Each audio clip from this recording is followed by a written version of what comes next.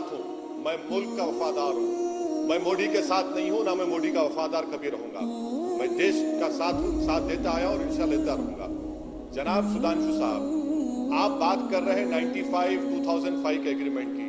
मैं आपसे कह रहा हूं कि भाड़ में जाए एग्रीमेंट हो जो मेरे सिपाहियों की जान को नहीं बचा सका। और अगर कोई मेरे सिपाही पर, मेरे घर में अगर मुझ पर बंदूक तानता है, मेरे कमांडिंग ऑफिसर को मारता है, तो हमारी सरकार को ये बोलना चाहिए था कि खबरदार, अगर हमारे किसी सिपाही के बाल पर भी आंच आती है तो गोली चलाओ। दुनिया का कानून है, इंटरनेशनल लॉ है, सेल्फ डिफेंस। भारत की जमीन पर चीन ने हमारे कमांडिंग ऑफिसर को, हमारे सिपाहियों को मार मार कर 3 पानी में डूब गए। 150 से ज्यादा लेह के अस्पताल में इलाज चल रहा है। 10 को उन्होंने होस्टेज बना लिया। जो आपने नहीं कहा, आज उसको छोड़ा। ऐसे एग्रीमेंट को मैं फाड़ कर फेंकता हूं देश के लिए। क्या आप भूल गए कि आर्मी ने क्या कहा था? अगर कोई पत्थर फेंकेगा तो गोली चलाएंगे। जब एक दुश्मन मुल्क का सिपाही हमारे कमांडिंग ऑफिसर पर हमला करता है, तो आपकी सरकार ये कह रही है कि गोली नहीं चलाना चाहिए। आप इंडिया टुडे के चैनल पर मैप देख लीजिए कि आज भी चीन बैठा हुआ है। क्या चीन, सुधांशु जी, भारत की जमीन पर नहीं बैठा हुआ है? और क्या आप देश को ये पैगाम देना चाह रहे मोदी की तरफ से कि हमारे 20 मरे तो हमने उनको 20 को मारा? सुधांशु जी, एक हिंदुस्तानी की जान की कीमत सारे चीन की आबादी से बढ़कर है हमारे सिपाही की। क्या हो गया आज आप लोगों को? क्या सांप सूंघ लिया आप लोग? इन 20 जवानों का बदला लेगी नहीं लेगी? बदला लेने का बेहतरीन तरीका है कि चीन आज 4.5 किलोमीटर अंदर भारत की जमीन पर कब्जा करके बैठा है। बहैसियत भारत के सिटीजन की मुझे तकलीफ हो रही है। मेरा सीना जल रहा है कि मेरे जवानों के गलों को काट दिया गया, चेहरों को मारा गया, और इनकी पॉलिटिकल लीडरशिप की गैर जिम्मेदाराना हरकत है। मुल्क को चलाना नहीं आता, टीआरपी की तरह मुल्क को चला रहे हैं। मुझे इस बात का गम है कि पूरे लद्दाख का हमारा लेफ्टिनेंट जनरल वो मीटिंग करता है एक चीन के मेजर जनरल के साथ।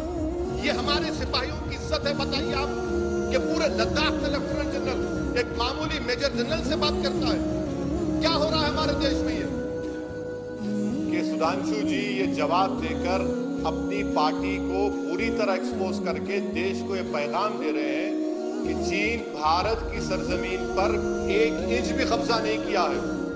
कितनी बड़ी झूठ बीजेपी आज कह रही है देश के सामने। क्या चीन ने कब्जा नहीं किया हमारी जमीन पर? बता दीजिए सुधांशु जी। क्या सिक्किम में, गालवान में, पोंगसोंग सुलू लेक में? सर देखिए, मैं आप जब बोल रहे थे मैंने कुछ नहीं कहा, मैं सुन रहा था, तो सब्र करिए प्लीज। क्या चीन कब्जा नहीं किया भारत की जमीन पर? आप अभी अपना जवाब सुन लीजिए। आपने कहा कि चीन कब्जा नहीं किया, चीन कह रहा है कि हम घुस गए। तो फिर प्रधानमंत्री ऑल पार्टी मीटिंग क्यों बुलाए? चाय भी नहीं पिला सकते?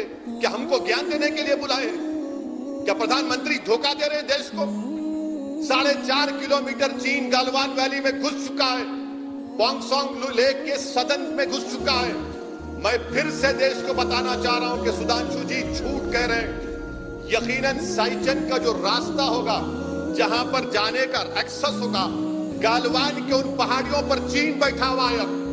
चीन कभी भी, आप याद रखिए, काराकोरम में हमारा कम्युनिकेशन खत्म कर सकता है।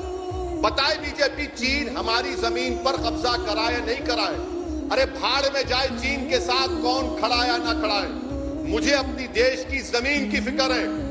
क्या ये मोदी सरकार इन वीर जवानों की शहादत को, इनके मरने को रायगा जाने देगी? क्या आज तक के चैनल पर वो सिपाही जिसका नाम सुरेंद्र सिंह है, अपने पिताजी को फोन करके कहता है कि 2000 लोग आकर हमला किया हम पर, कीले नेल्स लगे हुए लकड़ी के ऊपर, 3 हमारे सिपाहियों के चेहरे नहीं दिख रहे? तो क्या चीन की जमीन पर थे? आप उन लोगों को इस तरह का जवाब देकर आपने न सिर्फ भारत की आवाम का बल्कि उन मरने वाले 20 जवानों की तौहीन की है। याद रखिए सुधांशु जी, नरेंद्र मोदी और आपकी सरकार देश की जमीन से बड़ी नहीं है। आप सरासर नाकाम साबित हुए।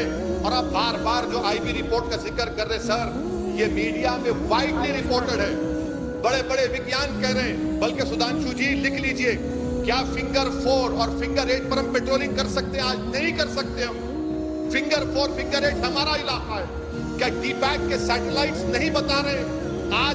आज भी हिंदू अखबार में सैटेलाइट का इमेज आया कि गालवान पोंगसोंगसू लेक पर चीन डैम बना रहा है, और आप यहां पर बैठकर इस तरह से बोल रहे हैं आपकी पार्टी की तरफ से।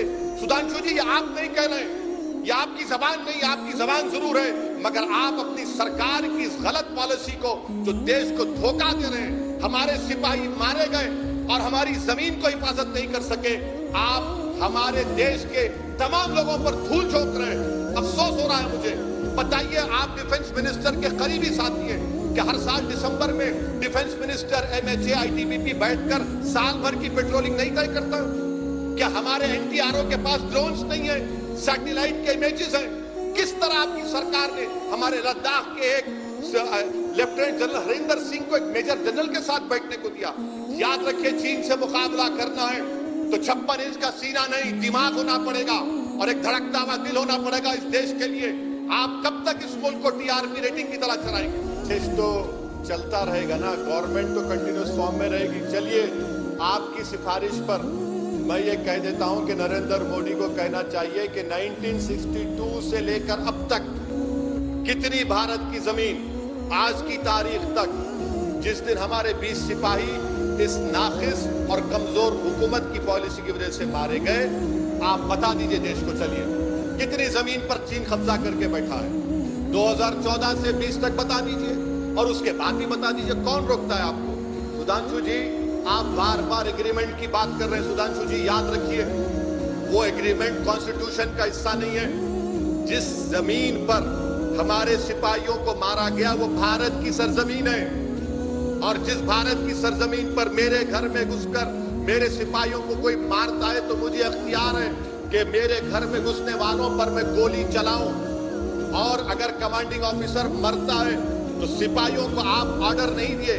Political leadership, military leadership, strategic leadership की ये नाहिली है। आप एग्रीमेंट की बात कर रहे हैं। सुधांशु जी, सुन लीजिए, आप एग्रीमेंट कहते हैं ना, 96 का एग्रीमेंट जो 7 पेज पर मुश्तमिल है, क्या कहता है कि फौज दोनों की ज्यादा तादाद में नहीं बढ़नी चाहिए, आर्टिलरी नहीं होना चाहिए। अरे भाई साहब, एग्रीमेंट नहीं रहा। जब कमांडिंग ऑफिसर को मारने लगे, जान देने लगे, तो फिर कहां का एग्रीमेंट? आप क्या कौन से अखलाक की बात कर रहे हैं? देश की जमीन की हिफाजत की बात हो रही है, देश के सिपाहियों की हिफाजत की बात हो रही है। और आपके तमाम बातों से एक बात जाहिर हो रही है कि आप ये कह रहे हैं कि हम कुछ भी नहीं करेंगे, हम चूड़ियां पहनकर, हाथों को मेहंदी लगाकर बैठ जाएंगे और चीन उन इलाकों पर गालवान वैली में बैठा रहेगा। ये चीन की हमेशा साजिश रही। साउथ चाइना में चीन ने ऐसा ही किया और वो फेट कंपनी हो गया।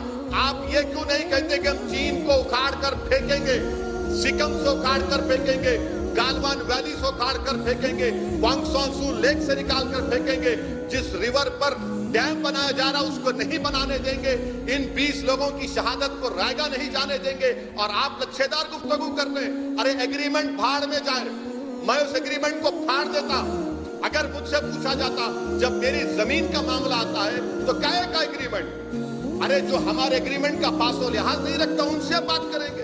क्या मोदी सरकार जो हमारे भारत के एक्सपोर्ट चीन को है वो 15.54 बिलियन US डॉलर्स के बंद करिए ना। इंपोर्ट्स हमारे हैं 62.38 बिलियन US डॉलर्स के, 14% बंद करिए। चैलेंज कर रहा हूं आपको, ये दोनों एक्सपोर्ट्स को, इंपोर्ट्स को बंद करिए आप। मैं आपको चैलेंज कर रहा हूं मोदी सरकार को। ये जो हम एक्सपोर्ट्स कर रहे हैं 15.54 US बिलियन डॉलर्स के, क्या है? Organic chemicals, mineral based products.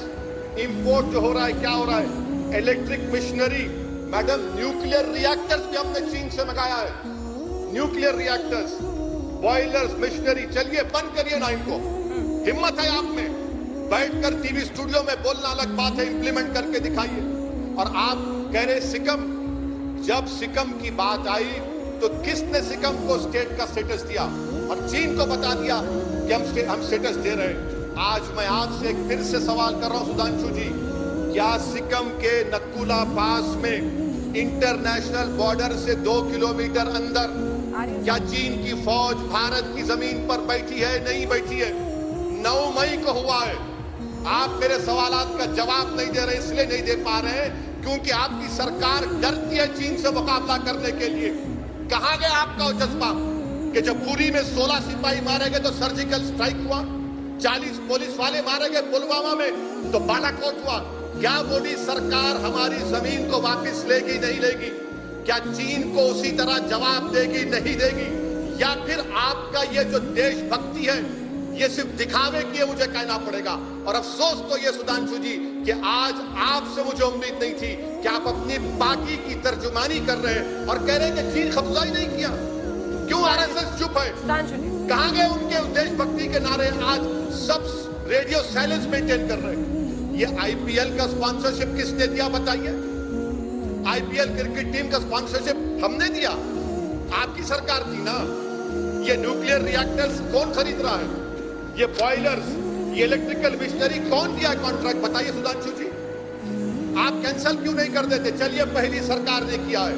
मैं आपसे कह रहा हूं सुधांशु जी, अगर आप अपने अल्फाज को अमल करना चाहते हैं, जामिया उसको पहनाना चाहते हैं, तो इंपोर्ट्स हमारे 62.38 बिलियन यूएस डॉलर्स के, एक्सपोर्ट्स 15.54 बंद कर दीजिए। मैडम मैं आपसे भी कह रहा हूं, अगर ये सरकार ऐसा काम करती है तो मैं पहले आकर आज तक में सरकार को मुबारकबाद देगा। और जब ये होगा तो कई टीवी स्टूडियो में इक्विपमेंट ही नहीं रहेगा। सुधांशु जी आप जंग की बात करते हैं। मैडम मैं आपको जिम्मेदारी के साथ कह रहा हूं कि हमारे वॉर रिजर्व्स, अगर जंग होती है चीन के साथ तो सिर्फ 12 दिन के माउंटेन कॉर्प्स को आपने उसको शामिल नहीं किया आर्मी में। क्या बोलते 65,000 करोड़ लगेंगे। अगर माउंटेन कॉर्प्स आज होता तो चीन का पीएलए हिम्मत नहीं कर सकता था। हमारे वॉर रिजर्व सिर्फ 12 दिन के, 6.5 साल से आप लोग क्या कर रहे हैं बताइए ना। ठीक है मैं बुरा आदमी हूं, आप दूध के दूल्हे, दुनिया के सबसे बेहतरीन आदमी मोदी और ओवैसी गंदा है, मगर जब देश की जमीन की बात आ रही तो एक गंदा आदमी खड़े होकर एक वजीर आजम से उसकी सरकार से पूछ रहा है कि क्यों खामोश बैठे हैं आप।